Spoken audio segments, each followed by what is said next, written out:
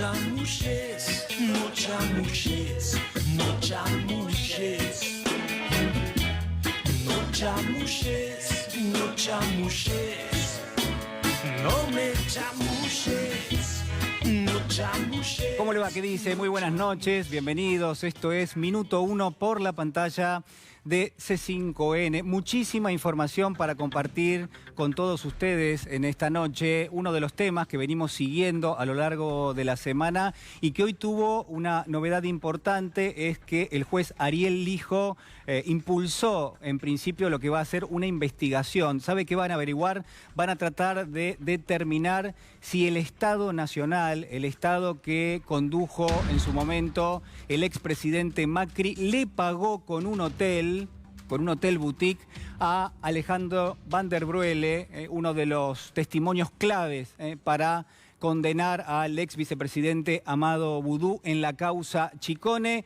Hubo un sorteo, vamos a estar dando algunos detalles en instantes nada más, son datos realmente muy importantes, pero lo veníamos siguiendo a lo largo de la semana, les mostramos documentos a partir de distintas investigaciones, una de ellas, la principal que llevó adelante el Destape. Y a partir de esa instancia, entonces, de la polémica que se ha generado durante las últimas horas, es que el juez Ariel Lijo está impulsando esta investigación, que ya se realizó un sorteo, esto recayó en un juzgado en particular, en instantes nada más los detalles.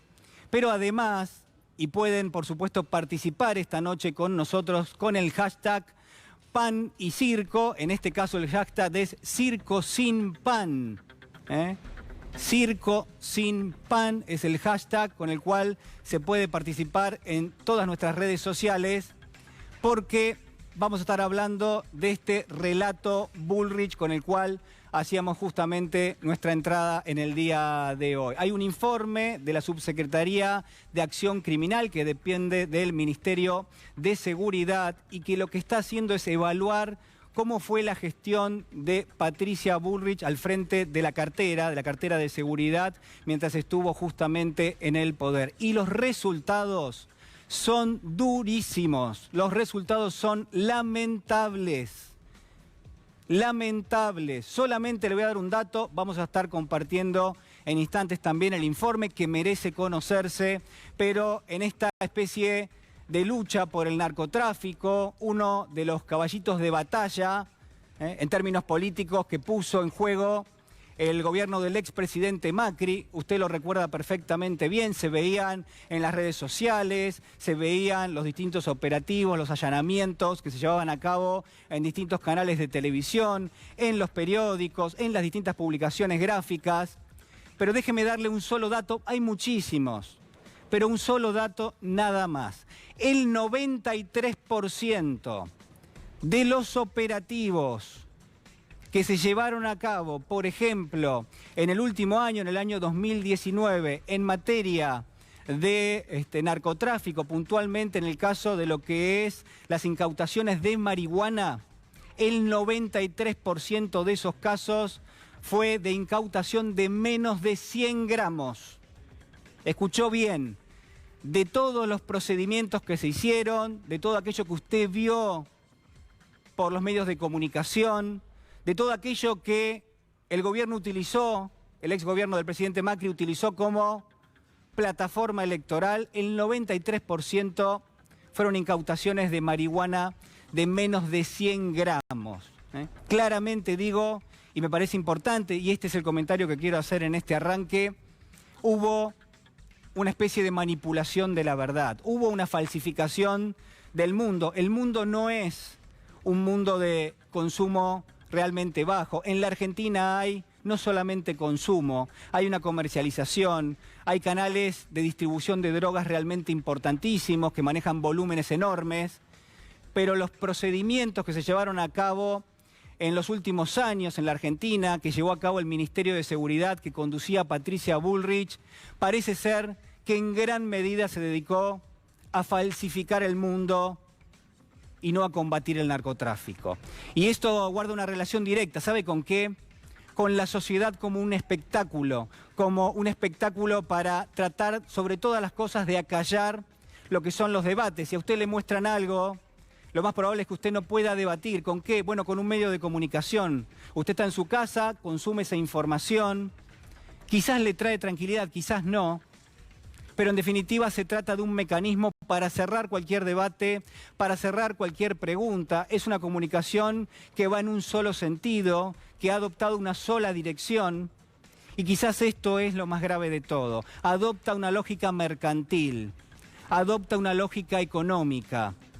Detrás de eso está la idea de que uno no tiene que plantearse si se está llevando adelante bien la política de seguridad en la Argentina, porque lo que vemos y consumimos en forma cotidiana son precisamente todos estos procedimientos, estos allanamientos, se nos muestran las incautaciones, confiamos en el gobierno y en la política que lleva adelante, pero ¿qué pasa cuando alguien que hoy está al frente de la cartera de seguridad se dedica a revisar lo que se hizo en los últimos 4 años? Se dan estos resultados y son sumamente sorprendentes. Pero además ahora sí nos cabe la pregunta a cual no le quisieron dar un lugar en los últimos tiempos, que es ¿qué se está haciendo, qué se hizo sobre todo en materia de combatir el narcotráfico en la Argentina en los últimos años? Esa pregunta todavía está vacante.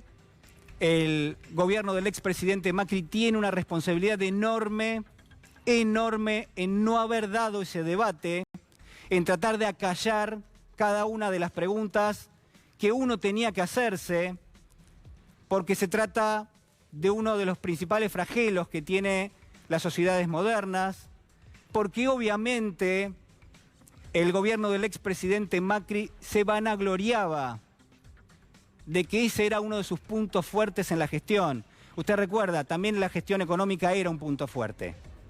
Bueno, pero en este caso, en materia de seguridad, señoras y señores, la falsificación del mundo, acallar cualquier tipo de pregunta, de debate, estuvo a cargo de Patricia Bullrich y su seguridad del espectáculo. Acompáñeme porque ya estamos con una de las informaciones claves del día de hoy, lo comentábamos recién. Qué manera de reciclar este hotel arrepentido. O sea, aparecen arrepentidos de todos lados, pero ha tomado una dimensión, una intensidad política enorme. Irina Hauser, ¿qué tal? Muy buenas noches. Hola, buenas noches.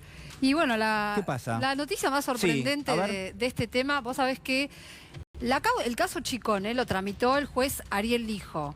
Cuando Lijo vio esta noticia de que el gobierno anterior le había ofrecido dinero o que había hecho un acuerdo para pagarle a uno de los arrepentidos, Alejandro Van den Broele. A ver, Lijo dice que vio la noticia, ¿eh? No sabemos si tenía conocimiento anterior, pero lo que... O sea, es un televidente más, podemos decir. Bueno, podríamos decirlo. ¿Qué quiero decir con esto? Sí. Porque va y hace una denuncia sobre esto para ver si efectivamente existió ese pago y si existe alguna irregularidad en este acuerdo de arrepentimiento. Es decir, si el gobierno de Cambiemos, a través del programa de protección de testigos, hizo un acuerdo irregular y le hizo un pago irregular a Alejandro Van den Broele. Quizá el dato más tragicómico de toda esta historia que vos mencionabas con anterioridad es qué pasó cuando activaron el sorteo informático que tiene que asignar las causas a un juzgado federal. Le tocó el juzgado 11, que bueno, era el juzgado de Claudio Bonadío, ¿no? Y el gran chiste, la gran humorada en Comodoro Pi era ¿qué pasó? ¿No desactivaron el dirigido a Bonadío? Los logaritmos. La bolilla de oro, ¿no? Sí.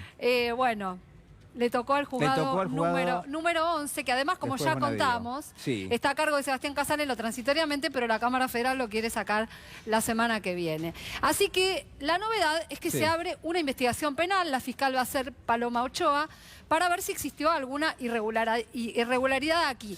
Aclaro lo del hijo porque se supone que el juez de la causa algún conocimiento podría tener sobre el acuerdo de arrepentimiento que tenía Alejandro Van den Broele. Aunque también deberían ser los legajos secretos, ¿no? Lo que va a alegar seguramente es un acuerdo entre el poder político, el gobierno en este caso. O sea, dentro de la causa hay legajos que son secretos.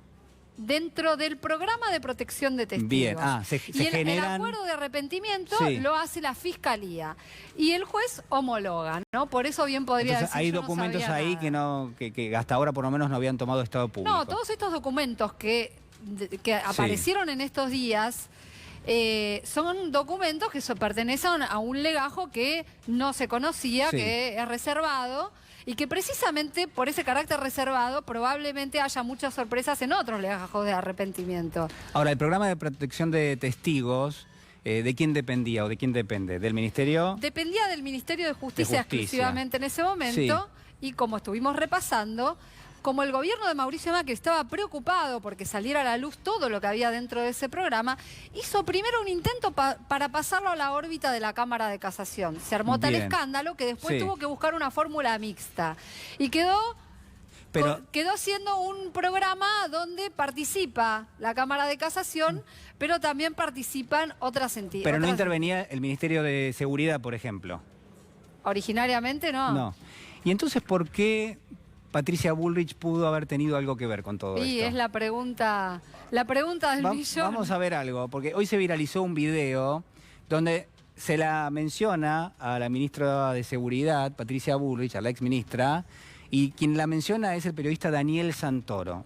Se viralizó, la verdad que es muy elocuente. ¿Lo compartimos? ¿Lo vemos? A propósito de esto, a ver, lo vemos. Santoro te va a mostrar en un cuadro LED las conexiones, salen flechas para todos lados, pero para todos lados.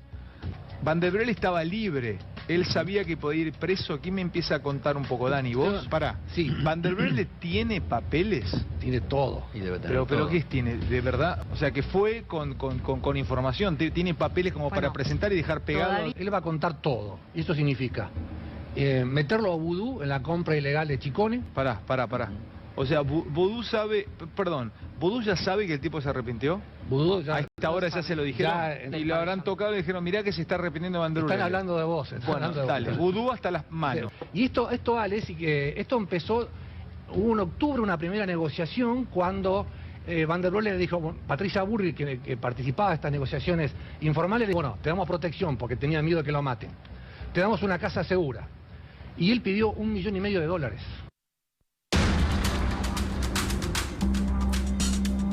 Patricia Bullrich participaba de esta negociación, dice Santoro. Bueno, de hecho en el año 2017 hubo noticias en los diarios de que Van der Bregel le pedía plata y que negociaba con el Ministerio de Seguridad. Una cosa sorprendente. ¿En qué podía tener injerencia el Ministerio de Seguridad? Bueno, para traer el servicio penitenciario, pero Van der Bregel hasta ese momento era un imputado, digamos. Y a ver, y se le acerca esta oferta, pero en realidad se la gestiona, como veíamos durante la semana, a través de distintos documentos, pidiéndole a los superiores dentro de ese programa, señores, el señor Van der Bregel quiere poner en marcha un emprendimiento, se necesita dinero para poner este hotel boutique. Los papeles son la formalidad que adquiere ese acuerdo que evidentemente había hecho antes por lo bajo con el Ministerio de Seguridad. Los papeles son eso. La formalización de un pacto que queda en un legajo secreto y que después va y le queda como arrepentido, intenta comprometer a Amado Vudú y después lo premian después de la sentencia del caso donde no había sido arrepentido. Por eso también figuraba, recordemos, en el documento, ¿no? Exacto. Lo que decía es, bueno, ha cumplido. Vudú está condenado. Le recordamos que el vicepresidente fue condenado. Pase por caja. Exacto. Es un poco así. Es así. El esquema. Es exactamente así. Es terrible. Es terrible porque obviamente invita a la desconfianza y además te la termina confirmando el documento. Vamos a ver ahora cómo se da esta investigación. La semana que viene tendremos alguna novedad, se supone. Se supone que sí, hay que ver si la fiscal impulsa la investigación y si cree que acá hay un delito o una irregularidad, ¿no? Porque hay que ver qué es lo que permite un acuerdo de arrepentimiento. ¿Permite esto o no lo permite? Gracias, Irina. A ver, habló el ex vicepresidente Amado Vudú, lo escuchamos. Lo que siempre pedimos, revisar la causa. Ninguno de nosotros pide impunidad, lo único que queremos es tener un lugar donde se nos juzgue, porque lo que hemos tenido en Argentina es el Estado en forma corrupta, operando sobre el sistema judicial, inventando pruebas como en este caso, una condena mediática en los medios concentrados y una farsa judicial para convalidar esta sentencia mediática que nos hicieron los poderosos. En este caso quedó claro que no es que estaban protegiendo a un testigo, sino que estaban comprando un testigo, comprando un relato, porque le pagaron después de que a mí me condenaron.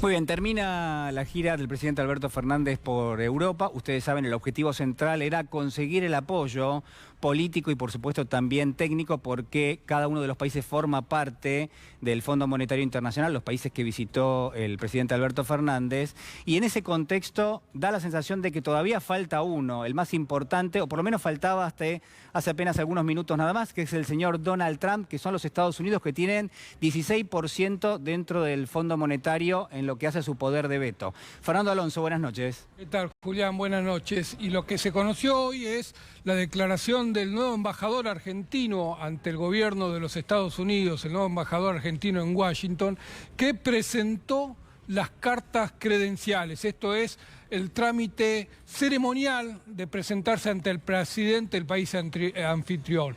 Donald Trump recibió a Argüello y en esos pocos minutos que hay en la ceremonia protocolar, Argüello le planteó a Trump las dificultades que está atravesando Argentina y los problemas que enfrenta para reestructurar la deuda. Y se llevó las palabras mágicas del presidente Donald Trump, estas palabras que no dejan de ser un apoyo político, no dejan de ser una señal, no dejan de ser un mimo, si querés, no tienen una contraparte como compromiso formal, pero claramente después de lo que cosechó el presidente Alberto Fernández en Europa, la señal de Donald Trump suma. ¿Qué es lo que dijo Donald Trump?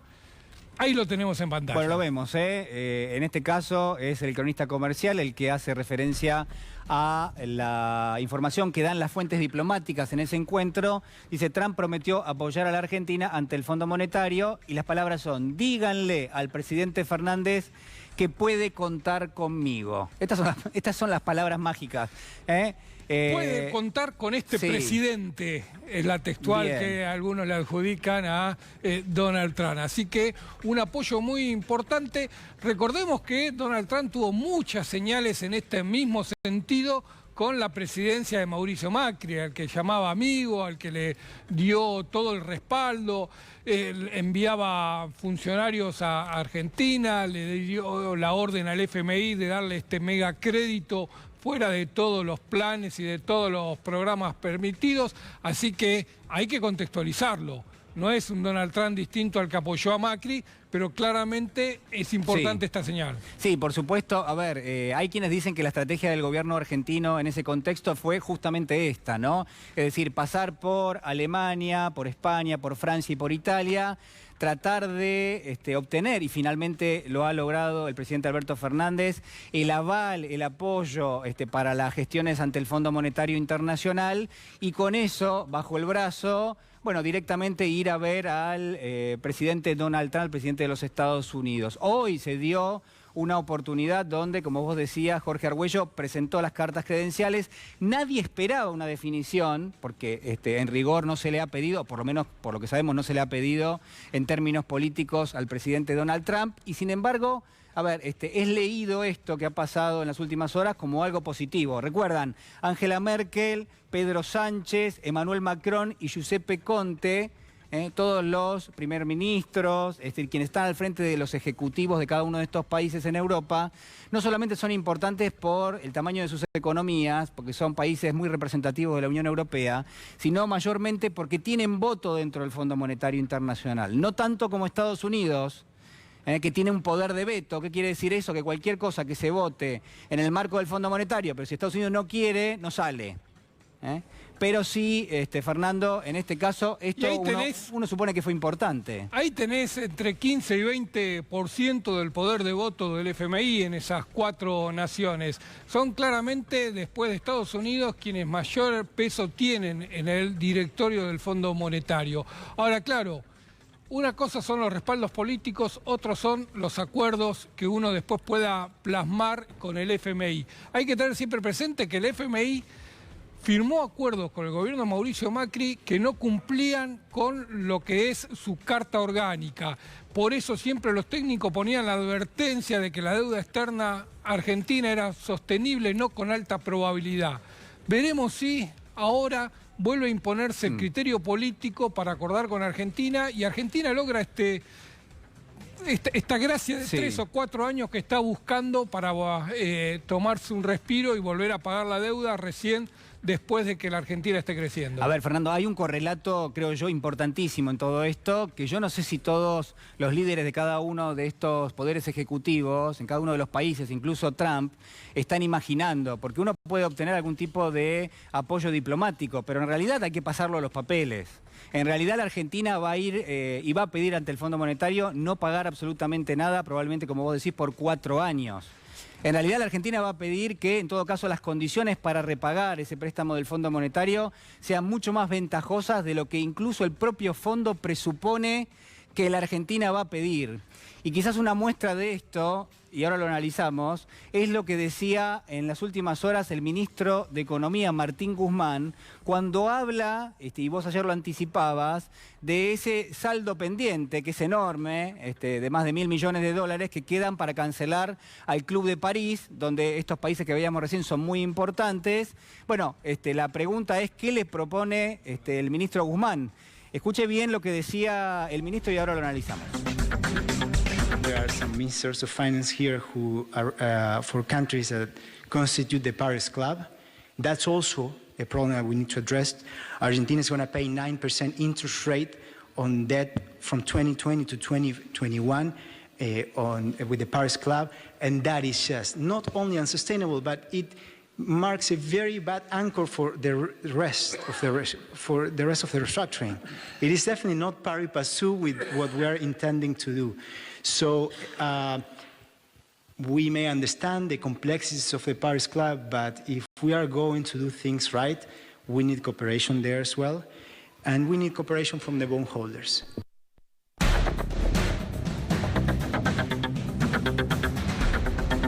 Bueno, decía, necesitamos cooperación no solamente del Club de París, sino también de los tenedores de bonos, ¿no? Sobre el final. Pero era importante, Fernando, esto de la tasa de interés. Es decir, si a la Argentina le queda por pagar y además se le aplica una tasa de interés tan alta como es la que está establecida, bueno, está claro que el mensaje es contradictorio para los mercados que están esperando una quita, aunque quizás no tan severa como algunos dicen que puede llegar a ocurrir. Sí, vos sabés que, y también es algo muy interesante, algo que planteaste recién, van a querer ver los papeles, ¿no? Van a querer ver qué resultados de esta política económica. Y me parece que cuando la próxima semana llegue la misión del FMI a la Argentina y empiece a ver los números de este primer mes, casi 2 meses de gobierno de Alberto Fernández, se va a encontrar con algunas sorpresas que parecen ser muy interesante y muy importante. Entre ellas, recién lo hablábamos, Julián, sí. La posibilidad de que la inflación de enero esté sustancialmente por debajo de lo que están estimando las consultoras hasta ahora, las consultoras privadas. Así que hay señales que parece que van a estar bien orientadas, hay señales del modelo económico que empieza a dar algunos resultados, veremos si después lo convalida el INDEC el próximo jueves o miércoles cuando difunda el IPC de enero. Y eso te va a ayudar en toda esa negociación que vos estabas describiendo, sí, con el Club de París, con el FMI y con los bonistas. Bueno, a ver, es importante. Después me vas a dar más datos, Fernando, por favor, de la inflación que vos decías recién. Y además seguramente hay una mirada por parte del gobierno que también me interesa y que tenemos que conocer, ¿no? Cómo el gobierno pretende que la inflación vaya bajando y sobre todo teniendo en cuenta que va a establecer una mesa de negociación, precios, salarios, y los sindicatos están duros con ese tema. Sobre todo porque el gobierno quiere imponer la negociación de una suma fija y no porcentual, ¿no? Cuando hay algunos sindicatos que en ese contexto, obviamente, digo,